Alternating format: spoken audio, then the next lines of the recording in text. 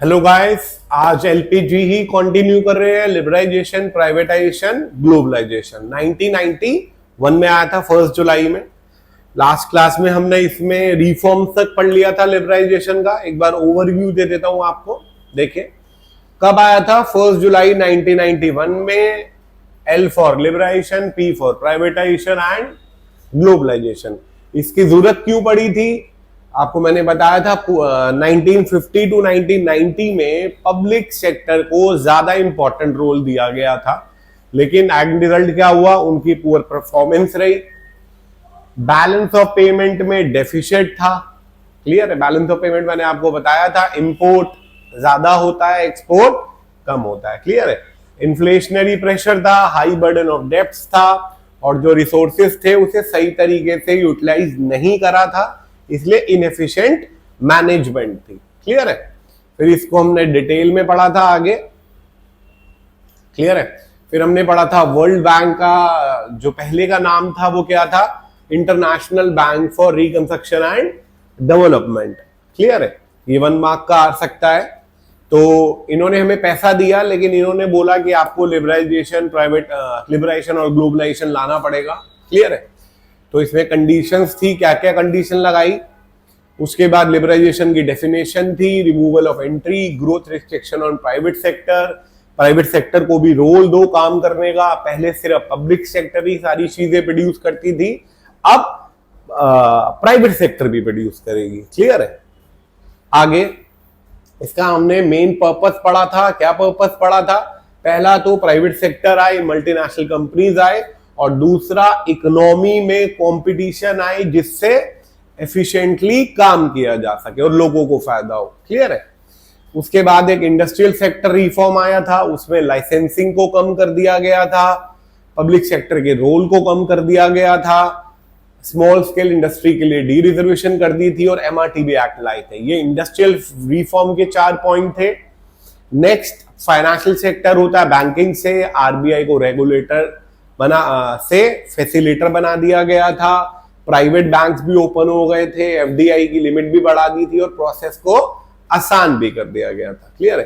फिर tax reform आया था, डायरेक्ट टैक्स और इनडायरेक्ट टैक्स। इनडायरेक्ट टैक्स का एक आउटकम ये भी है इसका कि जीएसटी आया, कब आया, 2017 में, जिससे इनडायरेक्ट टैक्स आसान कर दिया गया। ये एक स्लोगन के ऊपर बनाया गया, 1 नेशन 1 टैक्स। बहुत सारे टैक्सेस मिलके बनाया गया।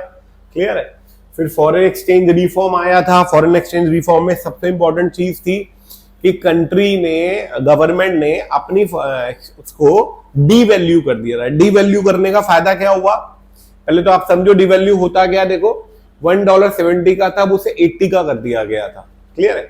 इससे हमारा एक्सपोर्ट बढ़ेगा, हमें फॉरेन करेंसी ज्यादा मिलेगी, क्योंकि हमारे पास फॉरेन करेंसी नहीं थी। क्लियर है। उसके बाद ट्रेड इन्वेस्टमेंट पॉलिसी रिफॉर्म में 3-4 थे। क्वांटिटेटिव रिस्ट्रिक्शन को हटा दिया गया था, एक्सपोर्ट ड्यूटी हटा दी गई थी, इंपोर्ट ड्यूटी कम कर दी गई थी, और इंपोर्ट एक्सपोर्ट लाइसेंस में भी आसान चीजें हो गई थी। क्लियर है। फिर उसके बाद मैंने आपको एक चीज और बताई थी, न्यू इकोनॉमिक पॉलिसी के 2 मेजर्स थे, स्टेबलाइज करना और स्ट्रक्चरल चेंज करना। क्लियर है। स्टेबलाइज किसे करना था, सबसे पहला आपको फॉरेन करेंसी रिजर्व बढ़े आपके, और इन्फ्लेशन पे कंट्रोल किया जाए, तभी चीज स्टेबलाइज हो सकती है। स्ट्रक्चरल में कोई बड़ा चेंज लाया गया। वो बड़ा चेंज क्या था कि आप बाहर वालों को इंडिया में आके चीजें बेचने दो, जिससे कंपटीशन ज्यादा होगा और एफिशिएंसी ज्यादा होगी रिसोर्सेज की। क्लियर है।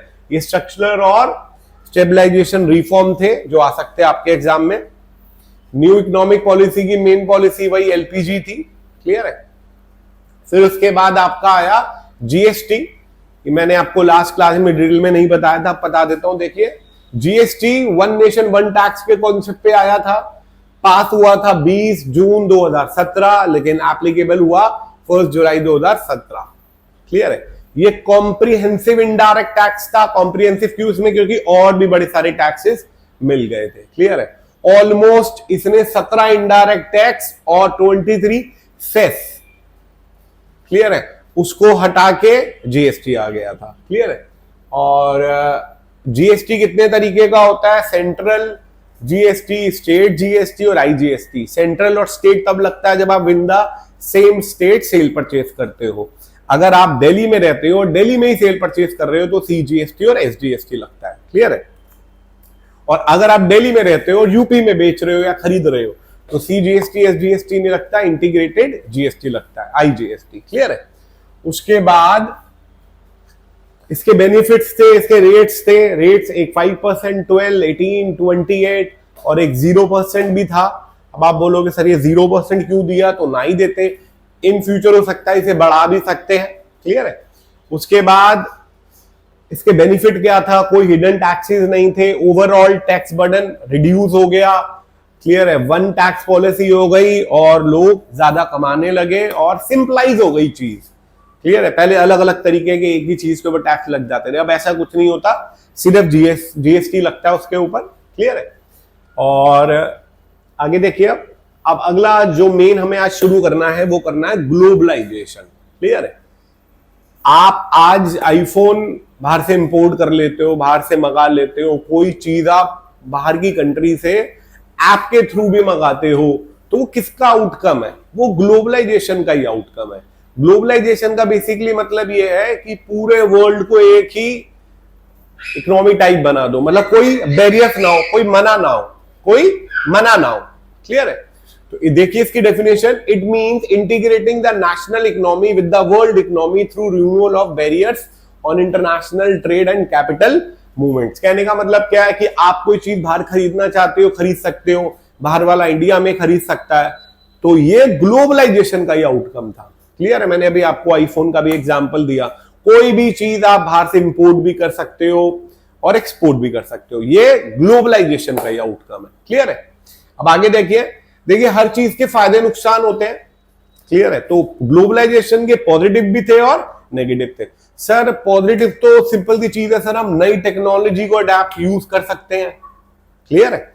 देखिए सबसे पहला यही लिखा हुआ है, better technology, greater access to global market. पहले क्या होता था, 1990 तक आप सिर्फ इंडिया में जो चीजें बनती थी उसी को एक्सेस कर सकते थे, अब बाहर की चीजें भी कर सकते हो। क्लियर है? तो देखिए प्लस भी होते हैं किसी भी चीज के और नेगेटिव भी होते हैं। पहले प्लस पॉइंट देख लीजिए, पहला greater access to global market, better technology. और जो बड़ी इंडस्ट्रीज थी पहले वो किसके लिए बनाती थी, सिर्फ इंडिया के लिए। क्लियर है? अब ग्लोबलाइजेशन के बाद वो बाहर की भी बनाती है। जैसे एग्जांपल लेता हूं, कोई बाइक कंपनी है बजाज, तो वो सिर्फ इंडिया में थोड़ी बनती है, उसका माल बाहर भी जाता है। क्लियर है? लेकिन नुकसान भी थे इसके कुछ, तो वो देखते हैं। सबसे पहला, benefit accrued to develop countries. ये तो देखो बिल्कुल करेक्ट है। एक एग्जांपल देता हूं, एक बैकवर्ड कंट्री है बहुत। क्लियर है? अगर उसमें ग्लोबलाइजेशन हो गया, क्लियर, तो वहां पे वैसे ही पैसा नहीं है लोगों का, कुछ लोगों के पास पैसा है। क्लियर है? तो अगर बाहर के लोग वहां आके अपना प्रोडक्ट बेचने लग जाए तो वहां के जो डोमेस्टिक प्रोड्यूसर्स है वो तो बिल्कुल ही डाउन हो जाएंगे और धीरे धीरे धीरे धीरे धीरे और लो इनकम लेवल ग्रुप को एड ऑन करते जाएंगे। क्लियर है? तो सबसे पहला तो डेवलप कंट्री को बेनिफिट था। और दूसरी चीज, increase in equality of income. ये मैंने ये भी आपको बताया कि जो डोमेस्टिक प्रोड्यूसर्स थे वहां के वो और गरीब होते जाएंगे। क्लियर है? और नेक्स्ट चीज देखिए, सिंपल सी चीज होती है कि जो इंपोर्ट या एक्सपोर्ट किया जाता है वो नॉर्मली नेसेसिटी गुड्स का नहीं होता, वो कंट्री नॉर्मली खुद बना लेती है, वो लग्जरी गुड्स का ज्यादा होता है। तो इसीलिए लोगों का वेलफेयर कम होता है। क्लियर है? लोगों का वेलफेयर कम होता है इसके अंदर जो लो इनकम लेवल वाले होते हैं। तो ये 3 पॉइंट अगेंस्ट ग्लोबलाइजेशन थे और ये 3 पॉइंट फेवर में थे। क्लियर है? चलिए नेक्स्ट पॉइंट देखिए, अगला आया foreign trade, world trade organisation, WTO। पहले आप इसकी स्क्रीनशॉट ले लो, ये इंपॉर्टेंट कॉन्सेप्ट है बहुत। देखिएगी, WTO डायरेक्टली खुद नहीं बनाया गया था, उससे पहले एक और एसोसिएशन थी, GATT, general agreement on trade and tariff. एक एग्जांपल लेता हूं, इसको समझना क्या होता है। देखिए किसी भी चीज को चलाने के लिए एक हेड के ऊपर बैठा हुआ बंदा, अथॉरिटी होनी चाहिए जो हर चीज का ध्यान रखता हो, जैसे आपके स्कूल में प्रिंसिपल होती है या कोई मैनेजर होता है जो हर चीज का ध्यान रखता है, तो ऐसे ही वर्ल्ड जब ग्लोबलाइजेशन हुआ तो वर्ल्ड ट्रेड को देखने के लिए, फॉरेन ट्रेड को देखने के लिए एक अथॉरिटी आई, GATT, general agreement on trade and tariff, जो कि 1948 में बन चुकी थी। उसकी 23 कंट्रीज उसके मेंबर थे। क्लियर है? फिर करते करते 1995 में ये WTO कन्वर्ट हो गया और आज के समय में 164 कंट्रीज इसकी मेंबर है। क्लियर है? तो याद रखना, एक हेड होना चाहिए जो हर चीज को देखता रहे। तो WTO वही है जो फॉरेन ट्रेड को देखता है। तो देखिए क्या लिखा हुआ है, before WTO general agreement on trade and tariff was established in 1948 with 23 countries. WTO 1995 में आया as a successor. WTO covers trade and goods as well as services to facilitate international trade। यही चीज ही है क्योंकि वो बनाया इसके लिए गया था और अभी 164 कंट्रीज उसकी मेंबर है और सारे मेंबर ऑब्वियसली आपके स्कूल में अगर कोई रूल बनाया गया तो जितना बच्चे होंगे सब मानेंगे ना उस चीज को। तो इसके अंदर भी जितने मेंबर्स हैं जो ये रूल बनाता है वो आपको फॉलो करना पड़ेगा। क्लियर है? लास्ट ईयर बोर्ड में भी इसके ऊपर क्वेश्चन आया था, WTO और उसके फंक्शंस, तो अभी भी इंपॉर्टेंट है आपके स्कूल के पॉइंट ऑफ व्यू से। तो 1948 में बना गैट, फिर WTO आया 1995 में। क्लियर है? अब इसके फंक्शन देख लीजिए, स्क्रीनशॉट ले लीजिए, इंपॉर्टेंट है बहुत ये।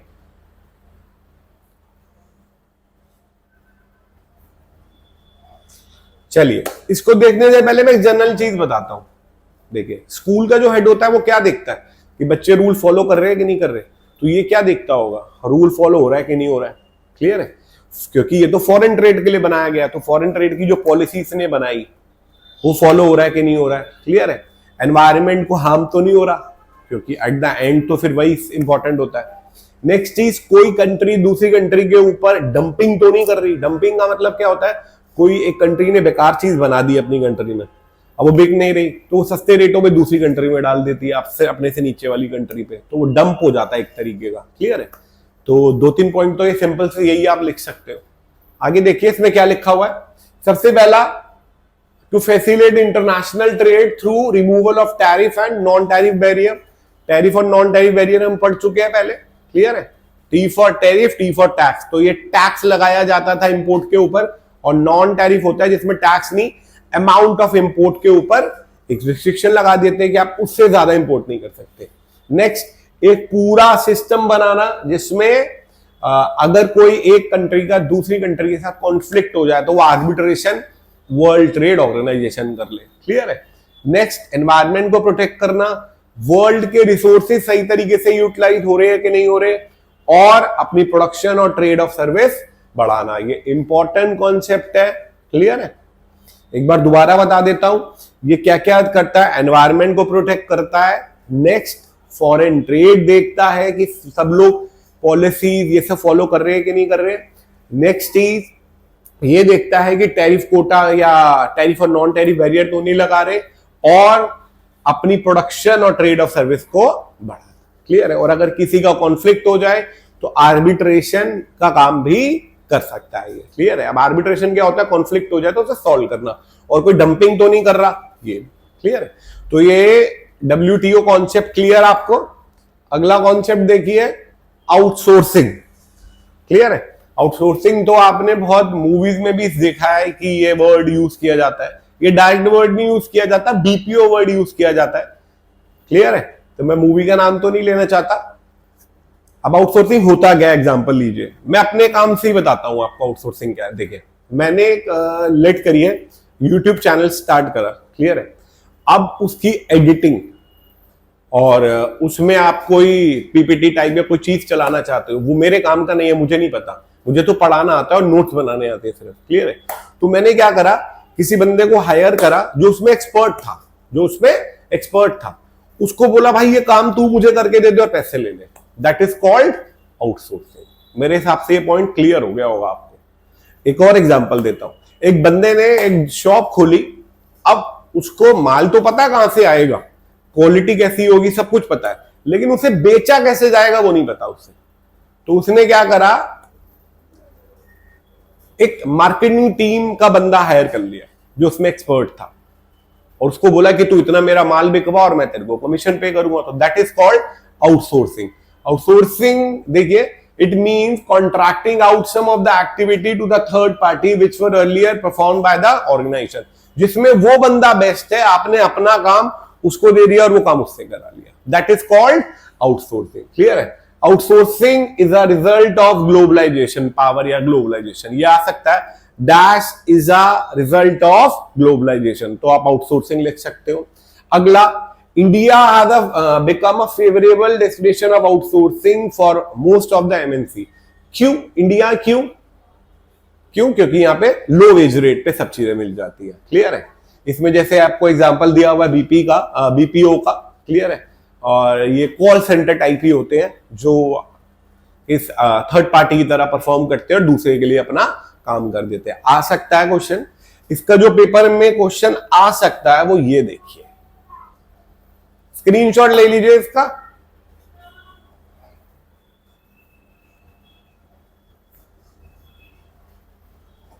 चलिए देखिए क्वेश्चन क्या है कि आउटसोर्सिंग इंडिया के लिए, मतलब इंडिया एक ऐसी प्लेस है जहां पे आउटसोर्सिंग बहुत ज्यादा होती है और इंडिया को क्या फायदा है उससे, वो सब देखिए। सबसे पहला, इंडिया ऐसी प्लेस है जहां पे easy availability of cheap labour मिल जाती है, जो काम करते हैं वो लोग, पहला पॉइंट। दूसरा, availability of skilled man power भी, स्किल्ड भी मिल जाती है अच्छे कम रेट पे। क्लियर है?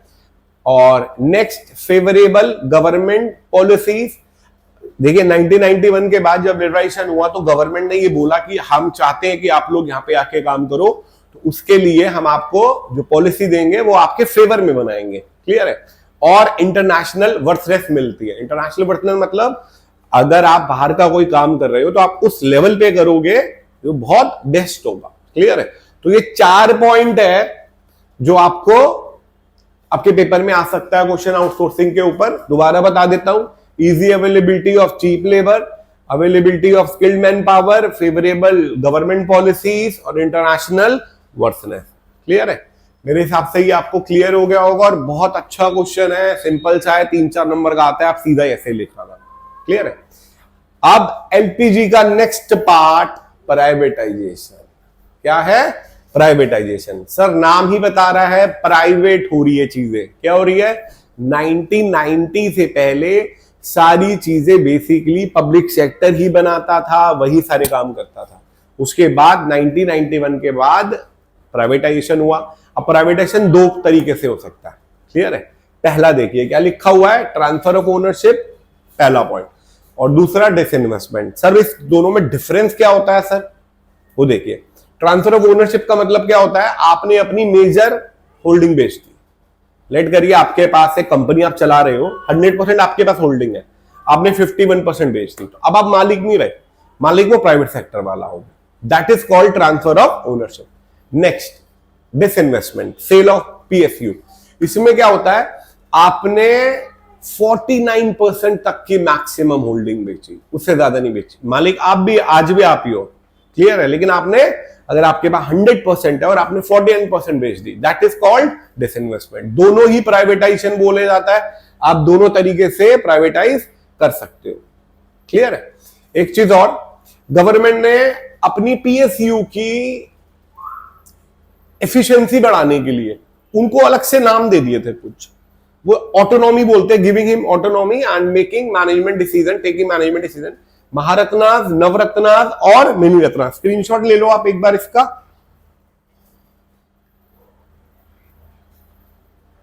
देखिए ये याद तो करने की जरूरत नहीं है कितने कितने हैं, लेकिन ये याद रखना, कोल इंडिया लिमिटेड महारत्ना था। जैसे क्वेश्चन आ जा सकता है, 2 महारत्ना के नाम बता दो। Steel authority of India, Indian oil corporation, ये महारत्नास के अंदर आते हैं। इसमें एमटीएनएल, बीएचईएल ये नवरत्नास में आते हैं। मिनी रत्न में बीएसएनएल और airport authority of India limited. इसमें इन्होंने दिया क्यों था, जैसे कोई और बेटर काम करे, बस अपनी परफॉर्मेंस एफिशिएंसी बढ़े। क्लियर है? इसके ऊपर भी एक क्वेश्चन आता है, पहले आप ये क्लियर हो गया आपको प्राइवेटाइजेशन। प्राइवेटाइजेशन की डेफिनेशन देख लीजिए, it means transfer of ownership, management and control of public to the private sector. ये 2 तरीके से होता है, ट्रांसफर ऑफ ओनरशिप और डिसइन्वेस्टमेंट। ट्रांसफर ऑफ ओनरशिप में आप कितना % बेच देते हो, 51, इसमें आप मालिक नहीं रहे। क्लियर है। और डिसइन्वेस्टमेंट में मैक्सिमम 49%, ये इसे माइनॉरिटी सेल भी बोला जाता है और इसे मेजॉरिटी सेल भी बोला जाता है। क्लियर है, आई होप ये क्लियर हो गया होगा। अब एक चीज देखिए, ये टर्म्स है, बाइलेटरल ट्रेड होता है दो लोगों में ट्रेड, मल्टीलेटरल ट्रेड होता है दो से ज्यादा। क्लियर है। टैरिफ बैरियर वो बैरियर्स होते हैं, टी फॉर टैक्स होता है, तो टी फॉर टैरिफ, ऐसे याद रखना, T for tax, T for tariff. तो इसमें क्या करती है गवर्नमेंट, और टैक्स लगा देती है जिससे चीज महंगी हो जाती है और डोमेस्टिक प्रोड्यूसर बच जाते हैं। नॉन टैरिफ में टैक्स नहीं लगाती गवर्नमेंट, क्या करती है अमाउंट के ऊपर एक सेक्शन लगा देती है कि आप उससे ज्यादा नहीं कर सकते। क्लियर है, आई होप ये क्लियर हो गया होगा आपको। उसके बाद एक और चलिए अगला एक क्वेश्चन था, critical appraisal of LPG, critical appraisal of LPG. Critical appraisal आएगा कभी भी किसी चीज का तो आपको फेवर अगेंस्ट दोनों बताने पड़ते हैं, फेवर अगेंस्ट दोनों बताने पड़ते हैं। तो पहले हम अगेंस्ट पढ़ रहे हैं, आप स्क्रीनशॉट ले लो।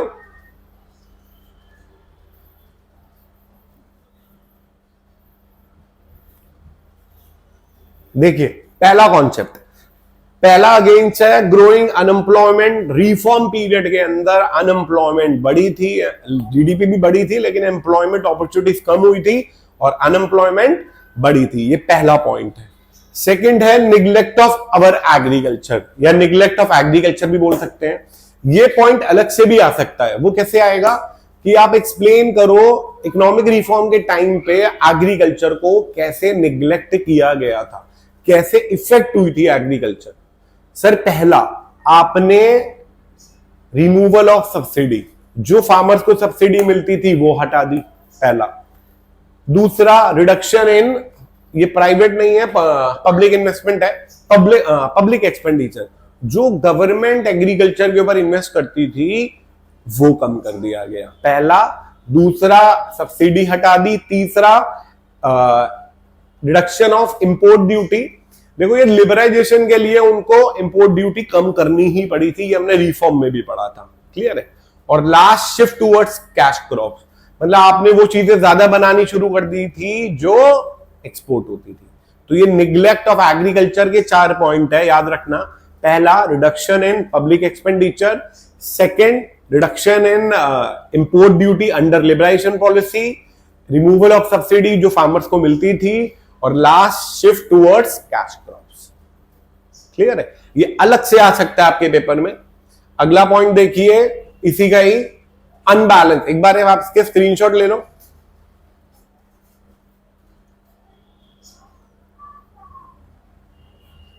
देखिए अनबैलेंस ग्रोथ, अनबैलेंस ग्रोथ का मतलब जहां जरूरत थी वहां लगा नहीं और एक ही जगह लगाया जा रहा है।